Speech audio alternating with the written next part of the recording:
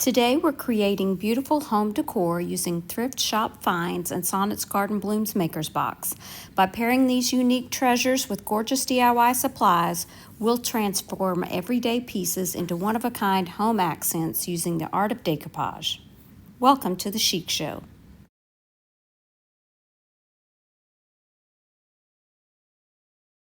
For the first project, I'm going to be using casting resin and IOD's heraldry mold.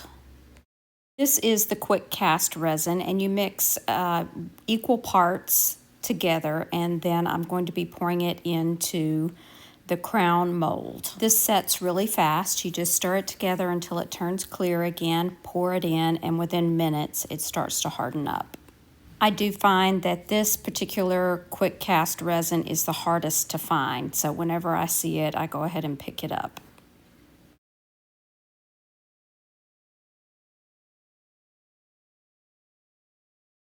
I'm also going to be using Connie's paper, Queen Anne, from the Maker's Box for August. And I'm using this thrifted piece, and I'm going to coat the top part of it with Waverly chalk paint in Snow White.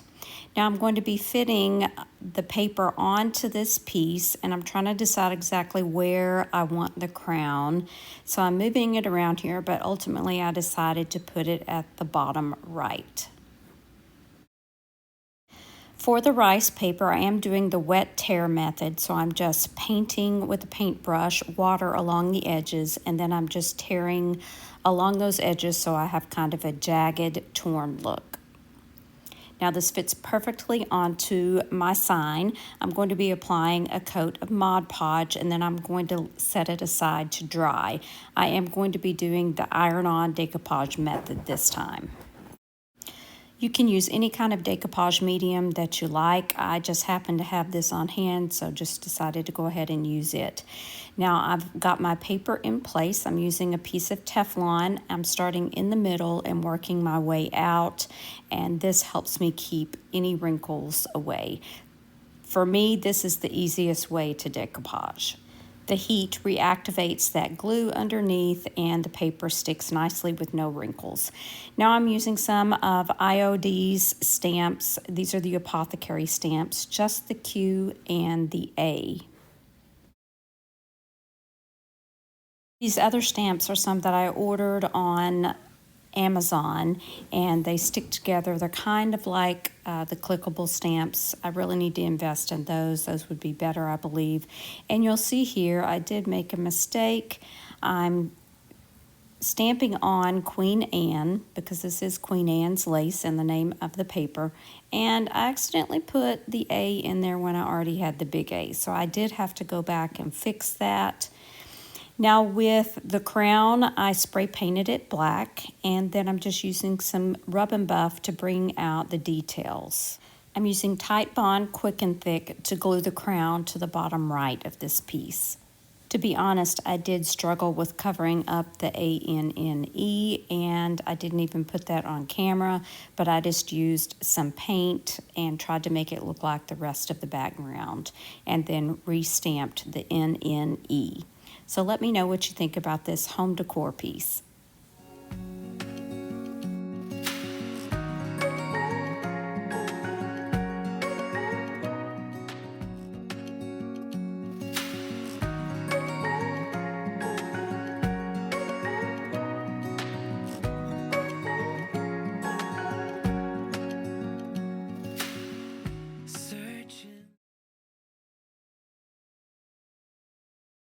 Found this next piece at a thrift shop in Arkansas, and it was only $1. I decided to leave the wood as it is and leave the little birds, but I am going to repair that nest in a minute.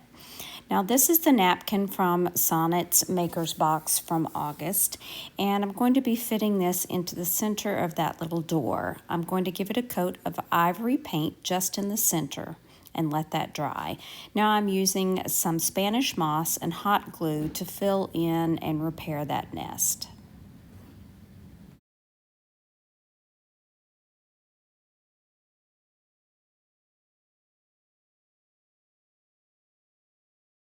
I did cut my napkin to size so that I could just decoupage it right in and not have to worry about sanding anything.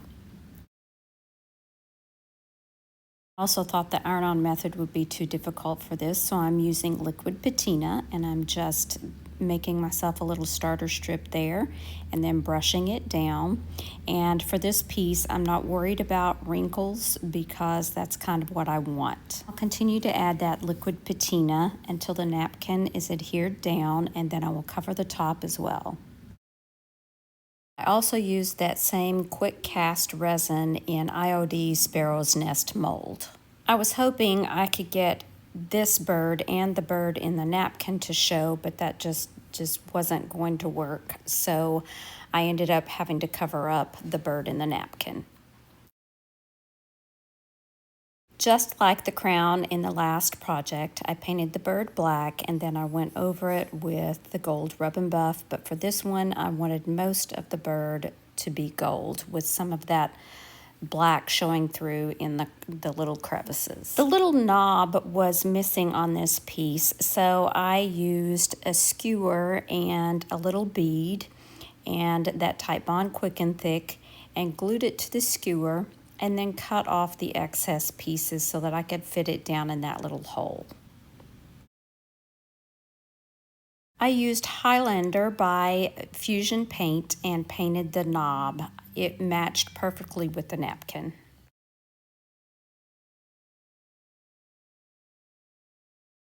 Once that was painted and dry, I added a little bit of glue and added the knob.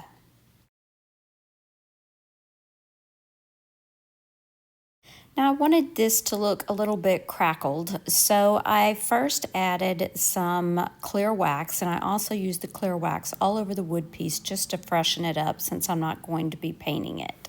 I'm going to be adding some dark wax only to the napkin to bring out those wrinkles and make it look like that it's aged and crackled a bit. The clear wax acts kind of like an eraser. It keeps that dark wax from being so dark. You can use it before or after, either way. And finally, I'll use that Titebond Quick and Thick to glue the bird to the front of the door.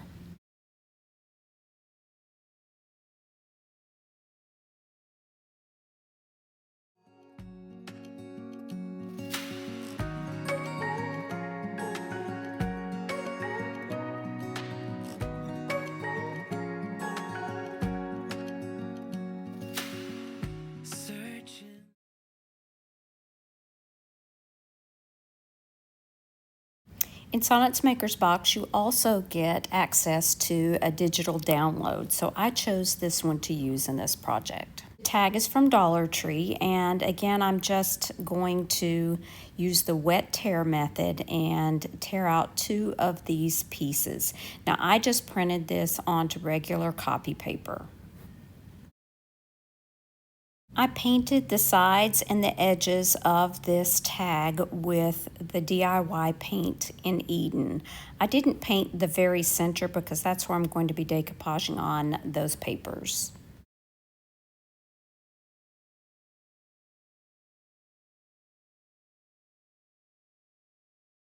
I removed those beads. I should have done that before I painted, but I removed those beads and replaced them with some darker beads. Now that the paint is dry, I'm going to be using Mod Podge again. This time I'm going to be placing the Mod Podge onto the back of the paper. This paper is just regular copy paper. It's not too thick, not too thin, so I thought the Mod Podge would be fine on this and shouldn't have many wrinkles. So I put one of these pieces on the front and one on the back with the same method. I also reapplied a coat of Mod Podge to the front.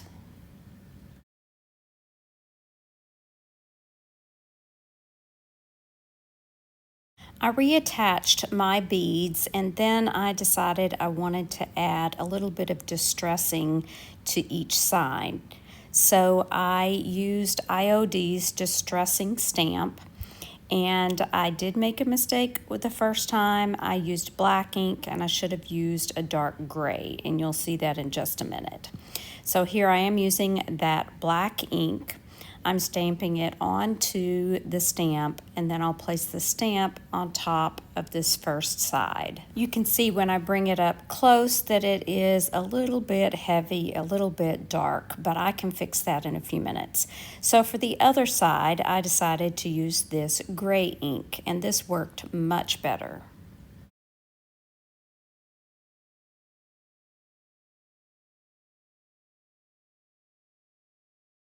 So my solution was to use my sander on the side that I used the black on, and I just sanded over it a little bit, sanded the edges and everything, and that lightened up the black.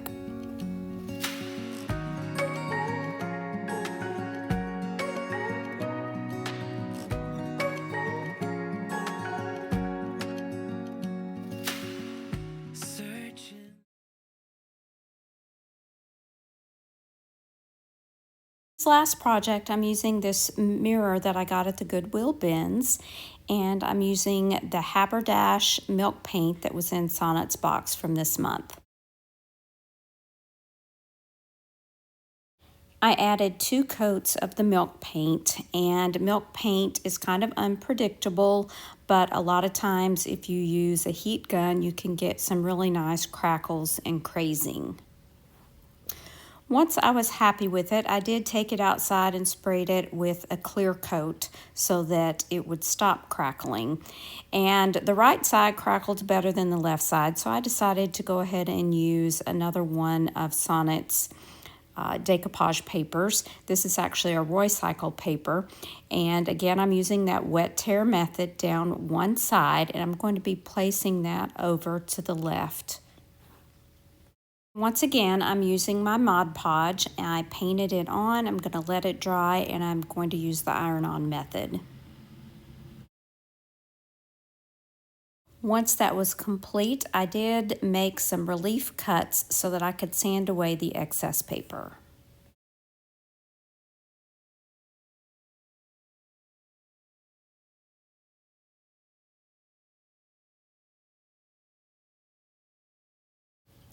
I did put paper over the mirror so that I wouldn't get any paint on it or anything, so I just removed that, and I'll get that cleaned up in a few minutes.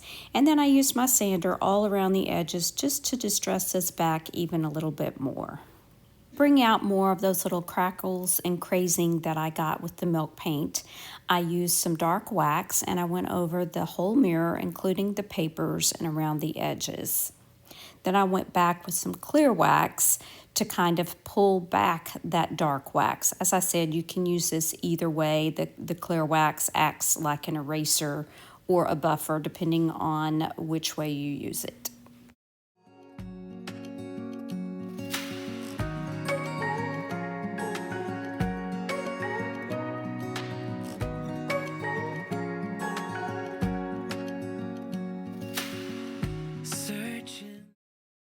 Thanks for joining me today as we turn thrift shop finds and Sonnet's Garden Blooms Maker's Box into unique home decor with a touch of decoupage. If you enjoyed these DIYs, don't forget to like, subscribe, and share for more creative home decorating inspiration. And be sure and check out Sonnet's channel.